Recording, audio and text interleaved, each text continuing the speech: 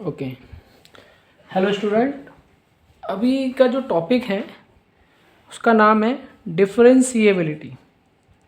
ठीक है, पिछला टॉपिक हमने करा था कॉन्टिन्यूटी।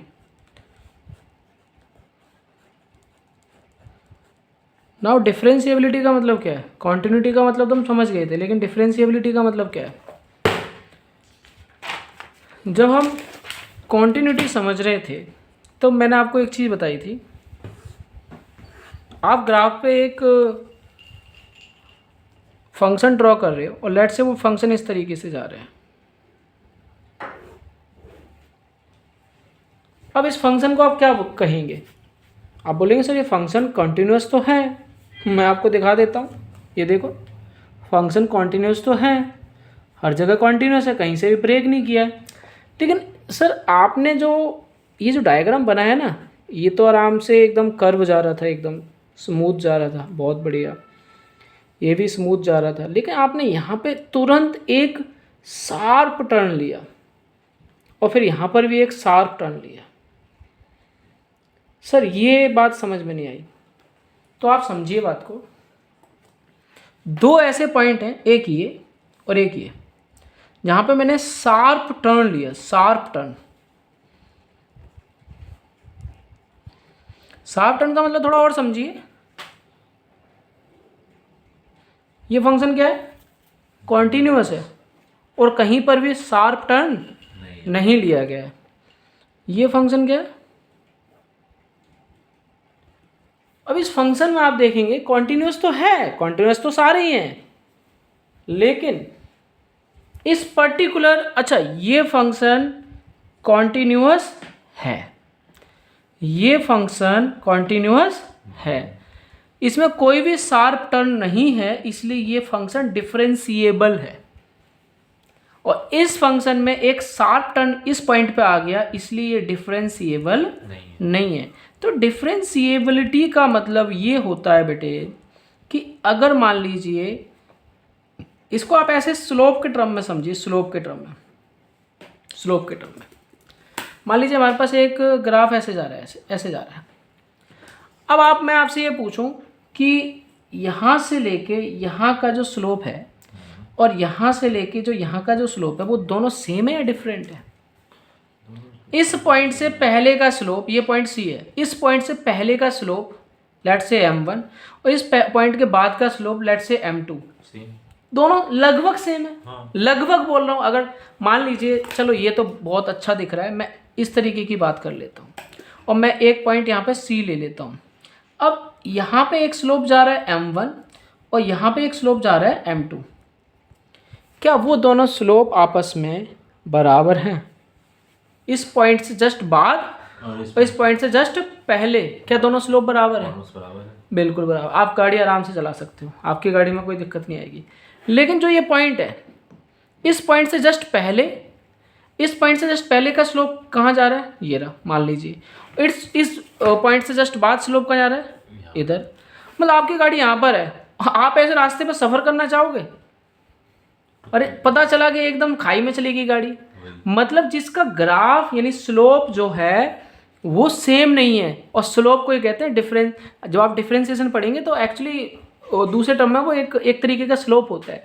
जो हमें किसी कर्व का स्लोप निकालना होता है, इट मीन्स कि हमें उसका डिफरेंशिएशन निकालना है। आपसे पूछेंगे कि इस ग्राफ का, इस कर्व का, ये लाइन जा रही है, इस लाइन का स्लोप बताओ। एक्चुअली आपको उसका डिफरेंशिएशन बताना है। तो डिफरेंशिएशन का दूसरा मतलब होता है स्लोप। और कोई ग्राफ, कोई कर्व डिफरेंशिएबल नहीं है, इसका मतलब उसका स्लोप जो है वो इक्वल नहीं है। इसका सिंपल सा मतलब बस ये है। इसमें ऐसा कुछ है ही नहीं। क्या बोलोगे सर इसका क्या मतलब है? मतलब हर कॉन्टिन्यूस फंक्शन डिफरेंशिएबल हो जरूरी नहीं है। Every differentiable function is continuous, but every continuous function is not differentiable. क्या समझे? अगर डिफरेंशिएबल है, डिफरेंशिएबल का मतलब स्लोप बराबर होगा। स्लोप बराबर है तो वो आपस में रोड कनेक्टेड होंगे, और कनेक्टेड है तो वो कॉन्टिन्यूस है। लेकिन रोड तो कनेक्टेड है, लेकिन वो एक तरीके से वो एकदम से उसमें एक शार्प टर्न आ गया, जिसकी वजह से एक्सीडेंट हो सकता है। तो ऐसा एक हम सवाल लेंगे और वहाँ से आपको पता चलेगा कि वो सवाल जो है वो डिफरेंशिएबल है या नहीं है। ठीक है, बात समझ में आ रही है?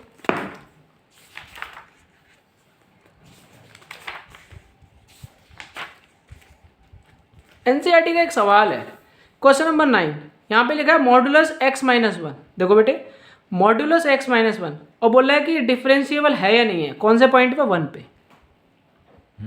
तो ये तो मैंने आपको एक मीनिंग बताई डिफरेंशिएबल क्या होता है। अब मुझे कैसे पता चलेगा, तो वो यहाँ से सीखेंगे, ध्यान से सुनना। मेरे पास फंक्शन का नाम क्या है? Modulus of x minus one, और c की वैल्यू क्या है? 1। मुझे कैसे पता? मुझे पता नहीं है, लिखा हुआ है, ठीक है, मुझे नहीं पता क्या होगी। तो यहाँ पे लिखा है कि डिफरेंशिएबल जिस पॉइंट पे निकालना हो उसे c मान लो। तो हमें क्या करना है? हमें कुछ नहीं करना है, ये फंक्शन दिख रहे हैं आपको दो, ये दो दिख रहे हैं, बस इन दोनों को निकाल लो। अब एक चीज़ बताओ, c की वैल्यू क्या है? 1। तो हम क्या करेंगे, लिमिट, एक काम करेंगे, x को c प्लस h मान लेंगे, कोई दिक्कत नहीं।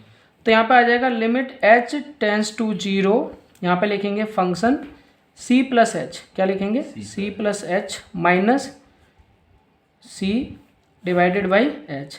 सर ठीक है, इतना तो समझ में आ गया। अब क्या करें भाई, जहाँ फंक्शन में आपको x दिख रहा है ना, वहाँ पे c प्लस h रखना है। क्या रखना है? c plus h। फंक्शन का नाम क्या था? फंक्शन का नाम था मॉडुलस x माइनस वन, यही तो था ना।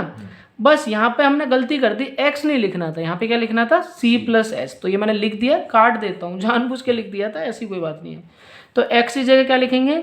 c प्लस h, सिर्फ x की जगह, और माइनस 1। फिर यहाँ पे फंक्शन की एफ एक्स की जगह क्या लिखेंगे? Modulus c minus one. अरे फंक्शन तो ये है ना, x माइनस वन, यहाँ c पुट कर दो तो c माइनस वन हो जाएगा, कौन सी बड़ी बात है, डिवाइडेड बाई h। सर एक गलती कर दी, आपने c की वैल्यू 1 नहीं रखी, यहाँ रख देंगे अगले स्टेप में। तो अगले स्टेप में क्या रखेंगे? c की जगह 1 रख देंगे, 1 प्लस h माइनस 1, मॉडुलस ख़त्म, फिर मॉडुलस चालू, 1 माइनस 1, मॉडुलस खत्म, डिवाइडेड बाई h। उम्मीद आपको समझ में आ रहा है मैं क्या कह रहा हूँ। वो पूरा कट c की जगह 1 रख दो ना। पहली बात तो जहाँ फंक्शन है वहाँ c रखो, और जहाँ फंक्शन है वहाँ c प्लस h रखो। ये कोई बड़ी बात नहीं है बेटे, बहुत ईजी बात है। सर डायरेक्ट 1 नहीं आनी चाहिए। अब देखो, हाँ कोई बात नहीं, मैं लिख रहा हूँ, अगर मैं डायरेक्ट लिख दूंगा तो फिर फ़ायदा क्या है? जी सर। अब यहाँ से 1 से 1 कट गया, क्या बच गया? मॉडुलस में h। यहाँ 1 से 1 कट गया, क्या बच गया? 0, और नीचे क्या बच गया? h। अब आप मुझे एक चीज़ बताओ ना, मॉडुलस h क्या होता है? h ही तो होता है, और h अपॉन h क्या होता है? 1 आ गया, यानी कि हमारी लेफ्ट हैंड लिमिट कितनी आ गई? 1। अब आगे चलें, आगे क्या था? आगे हमें ये रखना था F C minus H minus F C divided by minus H. उम्मीद आपको समझ में आ रहा है जी। और h की वैल्यू क्या होनी चाहिए? बहुत स्मॉल, इसलिए लिखा है h टेंस टू 0। अच्छा, c क्या था हमारा? 1, c हमारा 1 था। तो अच्छा, और एफ एक्स क्या था? एफ एक्स था मॉडुलस x माइनस 1, ठीक है। तो हमें क्या करना है, जहाँ जहाँ x दिख रहा है वहाँ वहाँ c माइनस एच लिखेंगे। तो मॉडुलस x की जगह क्या लिखेंगे? c minus H minus 1। अरे x की जगह c माइनस एच लिखेंगे, 1 की जगह 1 लिख देंगे, मॉडुलस खत्म हो गया। फिर मॉडुलस चालू हो गया। एफ एक्स की जगह, अगर एफ एक्स हमारा x माइनस 1 है तो एफ सी हमारा क्या है? c minus 1। एफ सी क्या है? तो यहाँ पे लिख देंगे c माइनस 1। बात समझ में आ रहा है? और नीचे क्या आएगा? लेकिन सर आपने फिर गलती कर दी, क्या? c की वैल्यू 1 तो रखी नहीं, तो रख देंगे, अब क्या दिक्कत है? समझाने के लिए लिखा है आपको। तो यहाँ पर मॉडुलस चालू हो गया, c की वैल्यू 1 पुट कर देंगे, माइनस एच माइनस 1, फिर मॉडुलस चालू, फिर मॉडुलस चालू, फिर c की वैल्यू माइनस 1 मतलब 1, और नीचे क्या आएगा?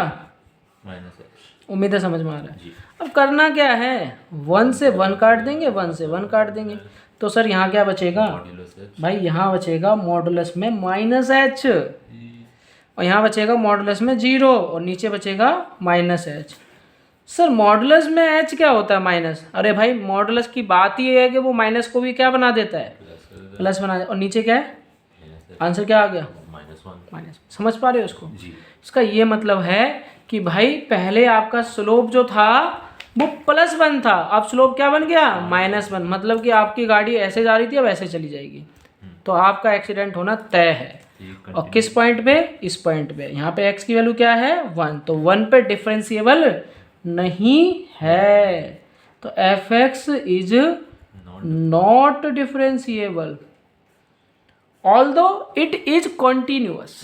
कॉन्टिन्यूअस तो है, नॉट डिफरेंशिएबल एट x बराबर 1। बेटा इतना लिख दो, आपको पूरे नंबर मिल जाएंगे, कोई दिक्कत नहीं है।